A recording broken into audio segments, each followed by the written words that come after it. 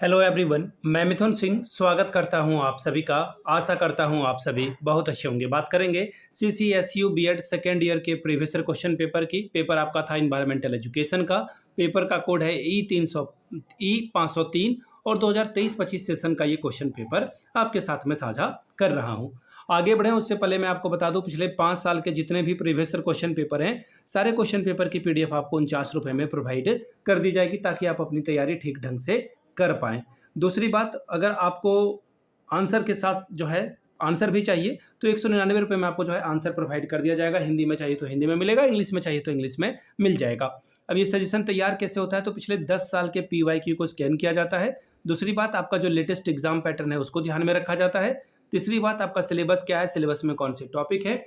और आखिर में मेरा खुद का एक्सपीरियंस, मैंने BEd एमएड कर रखा है और पिछले 2-3 सालों से अलग अलग यूनिवर्सिटीज़ में सजेशन देने का मैं काम कर रहा हूँ और काफ़ी अच्छी सफलता मुझे मिली है। अगर आप भी सफलता के भागीदार बनना चाहते हैं तो यहाँ से मेरी ईमेल आईडी आप देख लें, yourmithunSingh@gmail.com पे आप मुझे मेल कर सकते हैं। इंस्टा पे अगर आप हो, डू फॉलो मी @iMithunSingh। बाकी आप मुझे व्हाट्सअप कर सकते हैं 7979054474 पे। तो चलिए आगे बढ़ते हैं और देखते हैं इन्वायरमेंटल एजुकेशन के पेपर को। और हम लोग देखेंगे सबसे पहले सेक्शन C को, क्योंकि वहाँ पे ऑब्जेक्टिव टाइप के सवाल हैं और ये करना बहुत ज़रूरी है। यहाँ से आप देख लीजिए, ये रहा आपका पेपर सेक्शन C का। इसके बाद हम लोग A और B में जाएंगे। 10 सवाल आपसे पूछे गए हैं, 8 सवालों का जवाब देना है और 8 एकम 8 यानी कि 8 नंबर आप यहाँ से ला सकते हैं। 8 वंस आर 8 स्कोर आप कर सकते हैं। पहला सवाल, डिफाइन ग्लोबल वार्मिंग, वैश्विक ताप वृद्धि को परिभाषित करके बताएं। 1 नंबर ये आपको देकर जाएगा। देखिए, पृथ्वी का जो वायुमंडल है और जो महासागर है उसका औसत टेम्परेचर जो है टाइम टू टाइम जो है क्या हो रहा है, बढ़ रहा है, इंक्रीज कर रहा है। इसी को ग्लोबल वार्मिंग कहा जाता है। What do you mean by renewable energy resources, यानी कि ऊर्जा नवीकरणीय संसाधनों से आप क्या समझते हैं। कहने वाली बात है वो ऊर्जा के स्रोत, सोर्स ऑफ एनर्जी जो कभी समाप्त नहीं हो सकते हैं और बार बार वो फिर से जो है उत्पन्न हो जाते हैं, उन्हें नवीकरणीय ऊर्जा स्रोत या फिर रिन्यूएबल एनर्जी कहते हैं, जैसे सौर ऊर्जा, पवन ऊर्जा। अगला सवाल, WHO का फुल फॉर्म आपसे पूछा गया है, तो WHO का फुल फॉर्म होता है विश्व स्वास्थ्य संगठन, यानी कि वर्ल्ड हेल्थ ऑर्गेनाइजेशन। अगला सवाल, when is World Water Day celebrated, विश्व जल दिवस कब मनाया जाता है, तो 22 मार्च को हम लोग जो है विश्व जल दिवस मनाते हैं। In which state of India Dudhwa national park is situated, Bharat के किस राज्य में दुधवा नेशनल पार्क आपको देखने को मिलेगा, तो इसका आंसर हो जाएगा यूपी यानी कि उत्तर प्रदेश में जो है दुधवा नेशनल पार्क आपको मिलेगा। अगला सवाल, हु इनिशिएटेड चिपको मूवमेंट, चिपको आंदोलन की शुरुआत का आरंभ जो है किसने किया, तो देखिए सबसे जो पॉपुलर नाम है उनका नाम है सुंदरलाल बहुगुणा। इसके बाद चंडी प्रसाद भट्ट और गौरा देवी का नाम आएगा, लेकिन सबसे जो महत्वपूर्ण रोल किया है प्ले वो है Sunderlal Bahuguna. Name the gases responsible for greenhouse effect, greenhouse प्रभाव में योगदान देने वाली प्रमुख गैसों के नाम बताइए, तो इसमें देखिए CO2 आएगा, कार्बन डाइऑक्साइड, फिर आ जाएगा मीथेन CH4, कीचड़ वगैरह के जगह पे आपको ये मिलता है, और एक और नाम आ जाएगा N2O। ठीक है, तो ये गैस जो है अकाउंटेबल है। Who is the chairman of a central Ganga authority, यानी कि केंद्रीय गंगा प्राधिकरण के अध्यक्ष कौन हैं, तो देखिए ये PM है, भारत के PM को ही जो है इनको जो है चेयरमैन बनाया जाता है। अगला सवाल, इटारी रोग किस तत्व के कारण होता है, itai disease is caused by the which element, तो केडियम की वजह से ये होता है। केडियम जो है, अगर आपके शरीर में केडियम अगर हो जाए तो फिर इसके वजह से जो है ये रोग आपको हो जाएगा। पादप प्लवक किस पारिस्थितिकी तंत्र के सदस्य हैं, ये सवाल पूछा गया है, तो देखिए ये सब जो है एक्वेटिक इकोसिस्टम है, यानी कि जलीय पारिस्थितिकी में रहते हैं, पानी में रहने वाले हैं। क्या हो जाएगा इसका आंसर, एक्वेटिक। इसका आंसर क्या है, एक्वेटिक। तो ये ग्रुप C के क्वेश्चंस को मैंने आपको कराया। अब हम लोग A की ओर बढ़ेंगे। ग्रुप A में देखो आपसे जो है 3 सवाल का जवाब जो है आपको देने के लिए कहा गया है, 8-8 यानी कि 8 या 24 नंबर आपको मिलेगा।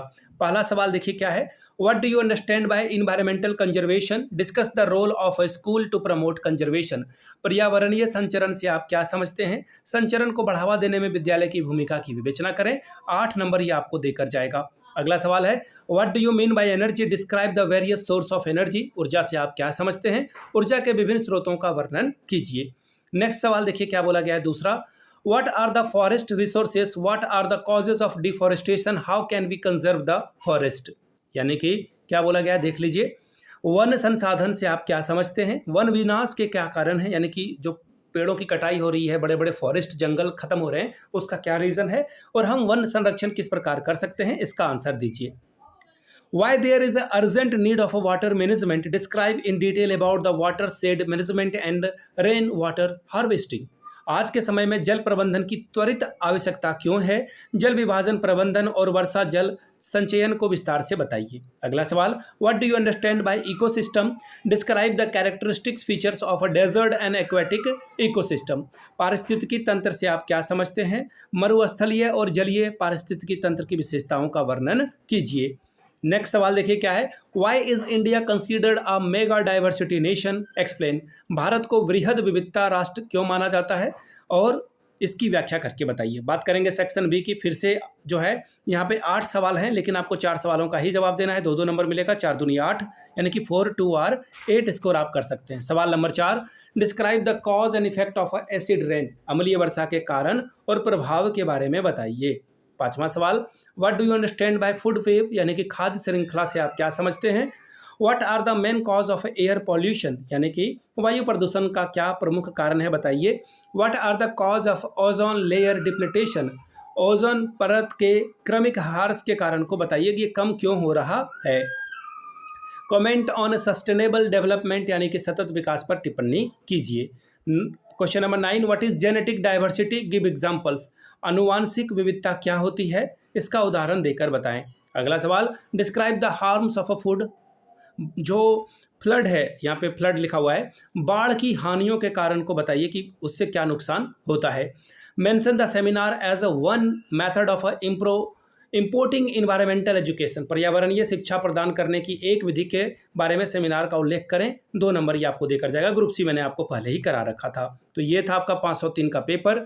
अगर आपको चौधरी चरण सिंह यूनिवर्सिटी के पिछले 5 साल का PYQ चाहिए तो ये आपको 49 में, अगर सजेशन चाहिए तो 199 रुपये में आपको ये प्रोवाइड कर दिया जाएगा। यहाँ से मेरी email ID आप देख लें, yourmithunsingh@gmail.com पे आप मुझे मेल कर सकते हैं।